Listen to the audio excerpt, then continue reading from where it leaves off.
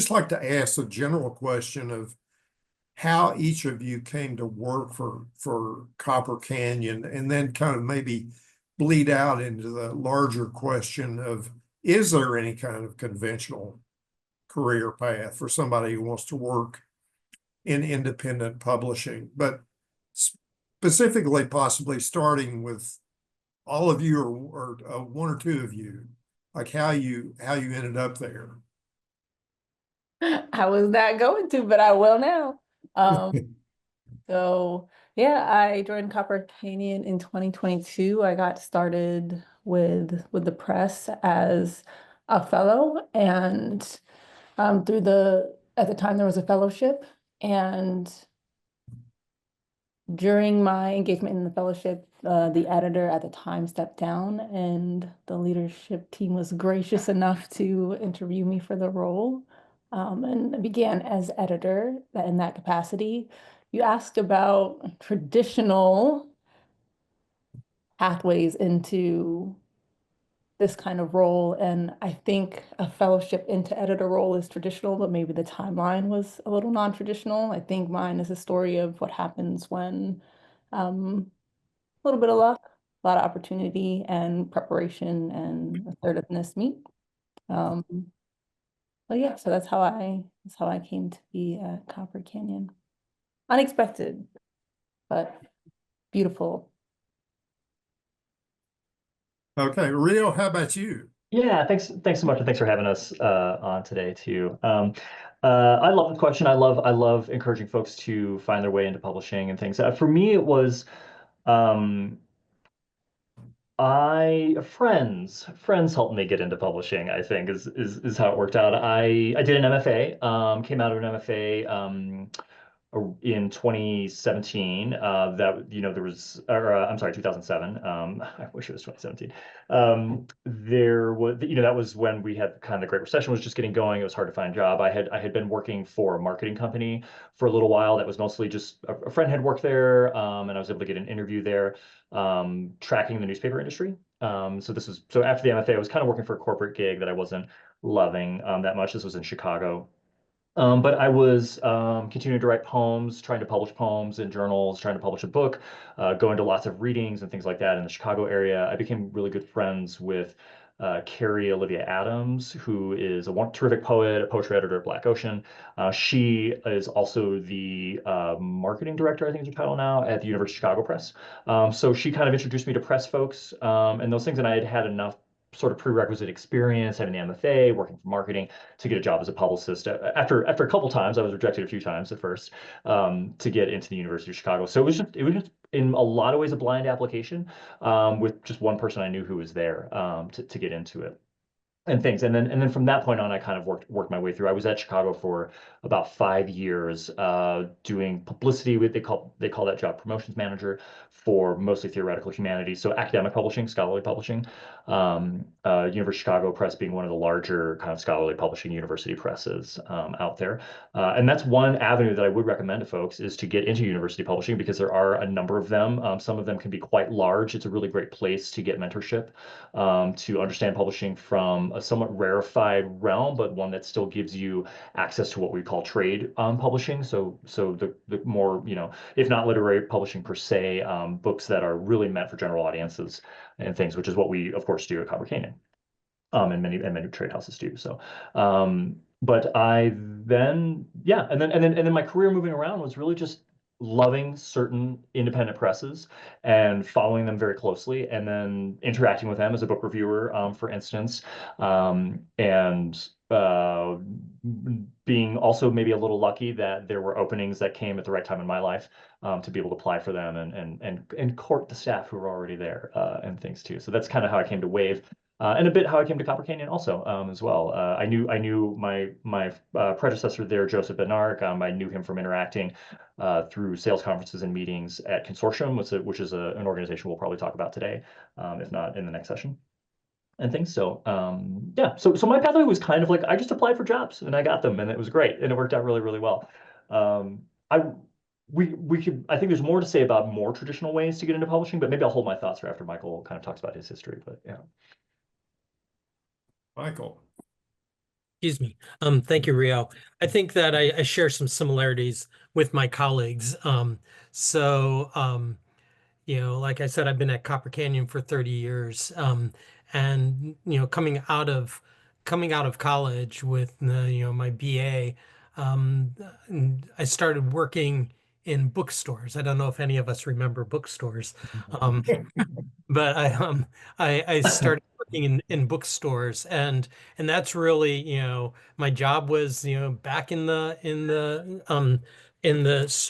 storage room, unpacking boxes of books and seeing what came from where, when you would see all the boxes from or all the books from Knopf and Pantheon coming from Random House, and understanding how these conglomerates ran the publishing industry. And I remember when I was a bookseller, there was an article in the Nation magazine about how publishing had been reduced to 11 major companies. I was, a little bit out of a do-it-yourself punk rock indie music scene, and I wanted to bring that to books as well.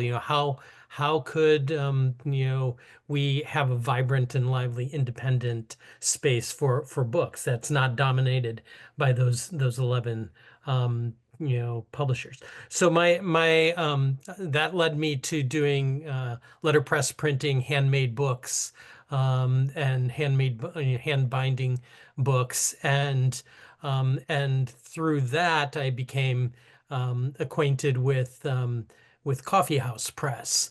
And I was also, like Rio, I was writing book reviews at the time for the Minneapolis St. Paul newspapers, writing poetry reviews prominently, or primarily. And like Ash, there was a moment of opportunity where they needed an administrative assistant. I drove my VW Bug through a rainstorm with the floorboards rotted out, and showed up to my interview at Coffee House Press with mud and rain soaked blazer, my smart blazer, and so I got a job, in large part because one of the editors there had some health issues and had to leave of a moment. And so, I was at the right place at the right time.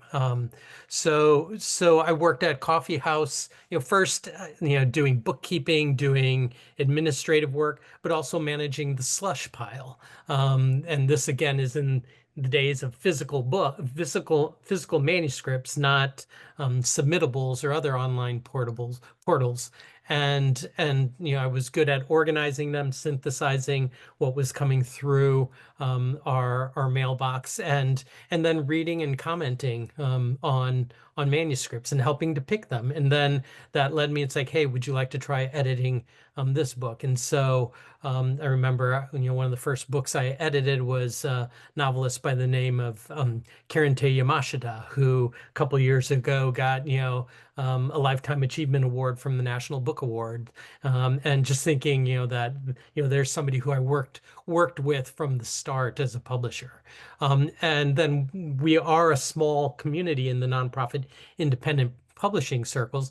And so when Copper Canyon was going through a change, with the original founders getting a divorce, things, the one staff member leaving, they were headhunting, and I threw my hat into the ring and got the job. So um, Was that tree? What was that tree? yeah, Tree and Sam, so I came in when Tree left, and I was kind of the illegitimate child of a divorce. So Oh, that's wonderful. That's okay. So that's a great story. So I won't say is it a logical thing to do to start an independent press today. I'll just say if you were starting an independent press today, um, let's say you had to, you were going to do it. You're going to launch an independent press. How would you try to make it sustainable today?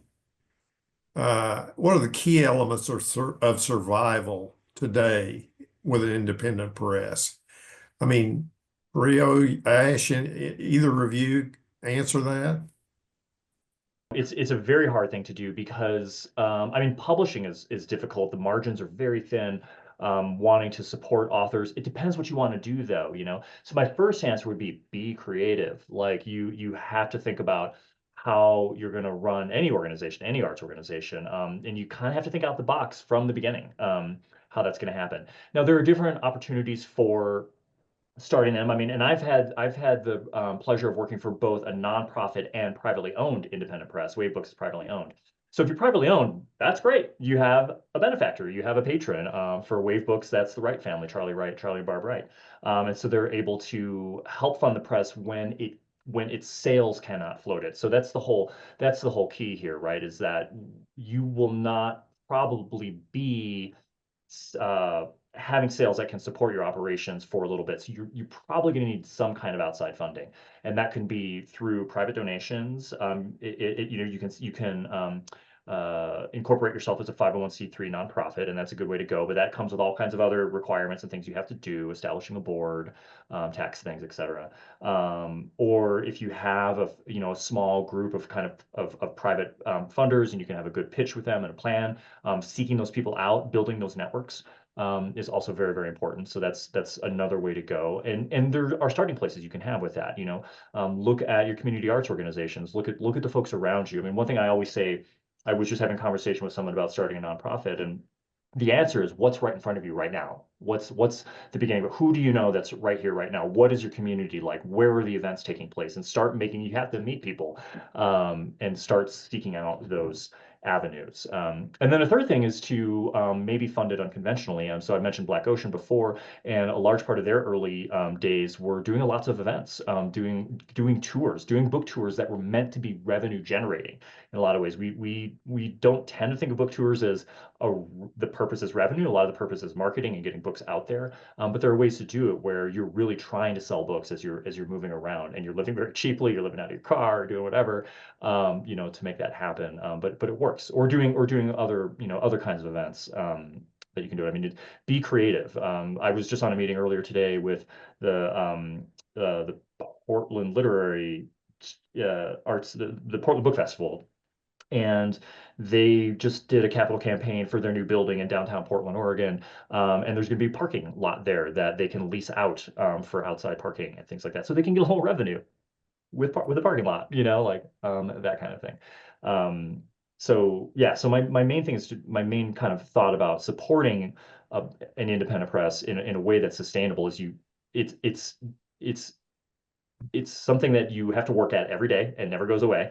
And you should be creative and try and do something that's fun and aligned to your other purpose here, putting books out.